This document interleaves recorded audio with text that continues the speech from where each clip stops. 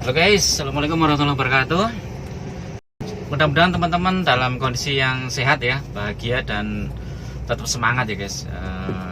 Dan selalu bersyukur dalam kondisi apapun, karena dengan bersyukur insya Allah hidup kita akan lebih mudah dan lebih baik lagi. Oke, di video kali ini ya, aku ingin berbagi tentang mobil terbaru dari Suzuki ya. Dan ini mungkin mobil ini akan menjadi fenomenal di tahun 2022 ini. Jadi istilahnya sebagai kuda hitam dari LMPV ya. Ya, jadi bisa jadi mobil R3 yang terbaru ini adalah booming ya nih nanti, walaupun ini sudah hampir pertengahan tahun ya. Tapi momennya itu sangat tepat karena peluncurannya adalah pada saat harga BBM naik ya, Pertamax naik, terus Pertalite mungkin sebentar lagi juga naik. Nah, orang akan berpikir membeli mobil itu tidak hanya sekedar untuk apa ya, gengsi atau gaya gitu ya, tetapi juga mobil yang irit ya, mobil yang irit kemudian ramah lingkungan kayak gitu. Sehingga trennya nanti kan mobil listrik itu lebih ke depan ya, dalam waktu beberapa tahun.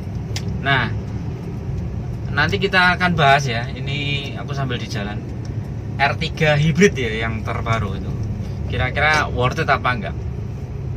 Kalau bagi teman-teman yang suka mobil LMPV, menurut aku ini worth it banget.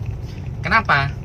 Karena LMPV itu kan sebenarnya mobil yang didesain untuk keluarga, terus nyaman gitu ya, sehingga mungkin keiritannya itu nggak begitu terlalu diperhatikan. Tapi waktu itu kan harga BBM nggak semahal sekarang ya. Pertamax dulu itu kan cuman sekitar nggak salah berapa ya, 10.000 ya, 10.000 atau 9.000 aku lupa. Terus sekarang sudah 12,5. Terus Pertalite kemungkinan juga akan naik. Nah, orang akan berpikir, wah ini pengen nyari mobil yang nyaman untuk keluarga tapi irit ya, R3 lah, R3 hybrid. Tapi yang XL7 aku belum lihat ya. Kalau yang R3 hybrid ini baru di launching beberapa waktu yang lalu dan responnya cukup bagus. Nanti kapan-kapan aku mau review R3 hybrid di dealernya ya, di showroomnya ya. Ini belum sempat ya waktunya karena terlalu sibuk ya dalam kesibukan yang lain. Ini pun aku bikin video pas perjalanan mau ke ini guys, mau ke apotek nih guys, pas macet.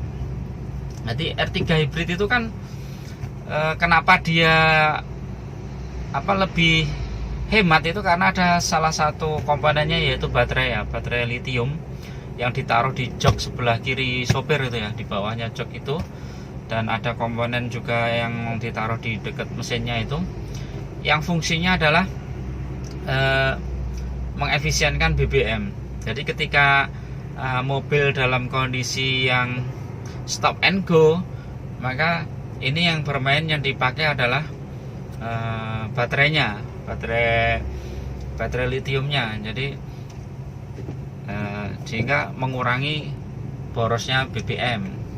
Terus nanti ketika mobil dalam kondisi kecepatan pas menurun ya, kecepatan tinggi, kemudian gasnya dilepas, maka baterainya akan terisi. Jadi ini kombinasi antara baterai lithiumnya dengan BBM-nya. Jadi ketika mobil dalam kondisi perlu tenaga lebih, dia nggak perlu bakar BBM lebih banyak karena dia dibantu oleh baterainya itu. Tapi ketika kita mobilnya kelebihan akselerasi ya, jadi akselerasinya udah mulai menurun pas kecepatan tinggi, kemudian dia turun, gasnya dilepas atau pas ngerem, maka baterainya yang ngisi. Jadi keren ini. Jadi dia memanfaatkan gerak dari mesinnya itu ketika kondisi nggak digas, maka baterainya akan terisi dengan sendirinya. Jadi keren guys. Kalau tak lihat kemarin tuh efisiensinya bisa sampai di dalam kota ya, di Jakarta itu tak lihat ada beberapa YouTuber yang sudah mereview itu hampir sekitar 20 lebih ya, satu liternya 20 kilo lebih. Ini udah wah keren banget itu. Karimun Wagon kalah guys.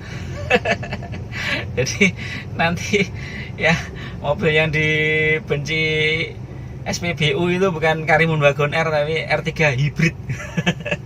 Ada platnya hybrid. Nggak tahu nanti kalau ada keluar Karimun Wagon yang hybrid juga ya. Karena desas-desusnya itu sebentar lagi akan keluar kalau nggak salah. Tapi namanya bukan Karimun, Espresso atau apa itu. Jadi cc-nya kecil, hybrid lagi. Wah nggak tahu itu nanti efisiensinya berapa itu, bisa sampai dalam kota 1:30 itu.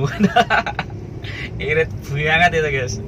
Nanti kalau kalian penggemar mobil kecil, oh bisa ditunggu itu apa itu Karimun Wagon yang versi hybrid ya, tapi namanya bukan Karimun, kalau nggak salah Espresso atau apa itu. Dan bentuknya juga kayak apa ya, kayak sport gitu ya, mungkin SUV tapi mini itu ya, kombinasi antara Karimun dengan inilah apa, mungkin Ignis modelnya itu ya, kalau lihat sekilas saja. Tapi kan kita nggak tahu itu kapan launchingnya. Nah kalau kalian tertarik ya, itu nanti R3 hybrid itu ya mirip-mirip R3 katanya. Sebagian reviewer itu mengatakan bahwa ini ya persis R3 lah, cuma efisiensinya lebih efisien R3 hybrid. Terus tarikan bawahnya misalnya dari gigi 1 itu lebih ringan yang hybrid. Karena apa? Karena ada daya ini tambah dari baterainya. Terus dia ketika dia kan sudah pakai teknologi auto stop ya.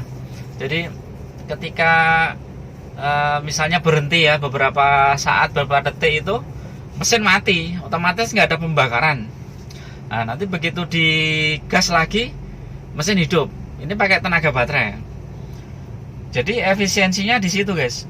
Aku pernah pakai itu ya, yang dulu itu apa? Scoopy yang Matic yang auto stop sama yang enggak itu tak bedain, itu efisiensinya ya bisa lebih banyak yang pakai auto stop. Jadi ketika kita berhenti dimatiin, Scoopy itu bisa sampai 67-68 per liternya. Itu kalau pakai auto auto off, jadi kalau berhenti mati itu. Tapi kalau nggak pakai itu bisa 65, jadi selisih sekitar 2 kiloan lah per liternya. Kalau mobil mungkin selisihnya bisa lebih banyak lagi. Jadi yang bikin efisiensi salah satunya juga itu. Jadi selain dia akselerasi bawahnya dibantu oleh baterai, terus dia juga ada auto stopnya itu. Jadi ketika mobil berhenti atau di lampu merah atau macet-macet, itu dalam beberapa detik dia akan mati mesinnya. Jadi ini pasti lebih efisien. Nah kalian yang tertarik pengen punya LMPV, ini bisa jadi alternatif guys, karena ya itu efisiensinya lumayan lah. Kalau bisa, dan sebagian besar pengeluaran mobil itu kan di BBM.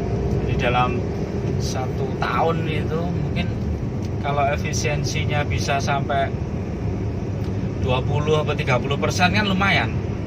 Pengeluaran selama 1 tahun untuk BBM-nya berapa, tinggal dikalikan 30%, itu efisiensi yang bisa kita harapkan. Terus nanti juga ini ya, itu garansi 5 tahun kalau nggak salah. Kalau nanti coba kalian pastikan di dealer dekat ya. Jadi baterainya itu garansinya 5 tahun. Jadi selama 5 tahun kalau ada problem di baterainya itu akan diganti. Dan ya baterainya memang agak mahal ya, mungkin karena baru-baru awal ya. Kalau nggak salah berapa ya, 18 juta apa 20 juta gitu ya untuk baterainya kalau rusak. Jadi itu. Oke, itu dulu ya guys untuk review pagi ini ya. Kita tunggu, nanti aku mau bikin review khusus tentang R3 hybrid ini ya, promonya apa saja, terus mungkin kondisinya bagaimana, apakah harus inden lama, terus yang paling laris apa, nanti aku review di video selanjutnya.